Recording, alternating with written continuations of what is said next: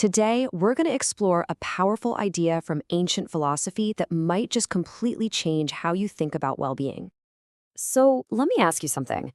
When you hear a phrase like nurturing life or wellness, what's the first thing that pops into your head? For most of us, it's probably a mental checklist of all the physical stuff, right?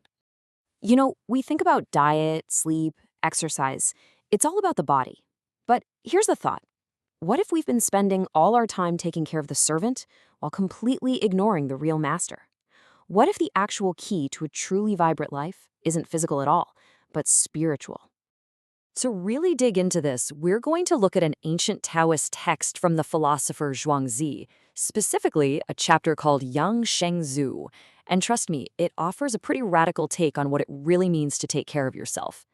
Okay, so let's break down that word itself, Yang Sheng Zhu. A lot of times you'll see it translated as something like the secret of caring for life. But that translation misses the most important part, the word zhu. Zhu means the master. So you see, it's not just about nurturing life, it's about nurturing the master of your life.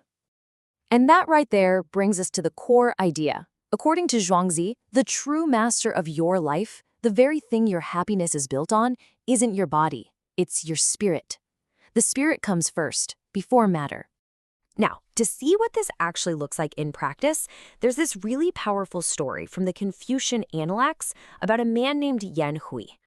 So Yan Hui was Confucius's star student, an absolute genius. But he lived in what we would call extreme poverty. I mean, just try to imagine this. Your entire day's food is one single bowl of rice and a little bit of water from a gourd. For most of us, that sounds, well, unbearable, right? And yet, here's what the ancient text says about him. Others could not have endured his suffering, but he did not lose his joy. Think about that. Even with almost nothing to his name, his inner joy, it never wavered. So, where on earth did that joy come from? It clearly wasn't coming from his surroundings. No, it came from the strength and the freedom he had on the inside, in his spirit. That's the power Zhuangzi was talking about. Okay, so the big question is, how do we tap into that kind of spiritual power in our own crazy, busy lives today? Well, let's explore a path to get there. One of the most direct ways is through meditation. That simple act of just sitting quietly, it lets you start to peel back all the layers of attachment you have to external things, your stuff, your job title, all your worries.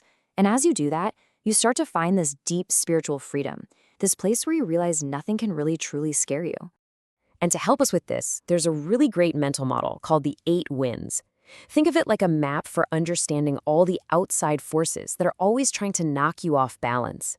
All right, so the 8 winds are split into 2 groups. First, you've got the good ones, the favorable winds. Things like gain when you get something you want, fame when people think well of you, praise when you get a compliment, and joy, that feeling of pleasure. And then, of course, you have the other side, the adverse winds, loss, defamation or being slandered, ridicule, and suffering. And this is where this ancient idea feels so modern. You know that little dopamine hit you get when someone likes your post or leaves a nice comment? Yep, that's the modern day wind of praise right there. And the flip side, that awful sting you feel from some nasty anonymous comment online, that is the modern wind of defamation. It's the exact same force, just wearing a new digital disguise. So here's the bottom line. When your mood skyrockets with the good winds and then crashes with the bad ones, you're not the one in the driver's seat. Your environment is. It's like you've handed over the remote control to your own feelings to whatever's happening around you.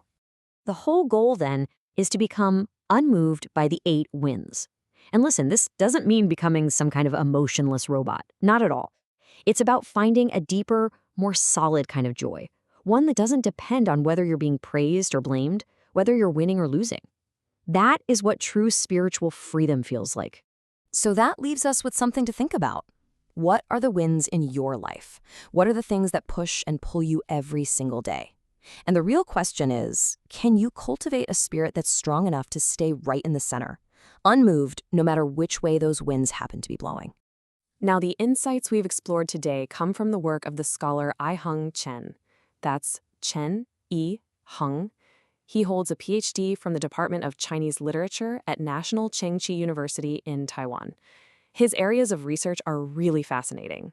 They include Chinese philosophy, the classics, Taoism, meditation, Buddhism, and literary analysis. Thanks so much for joining me.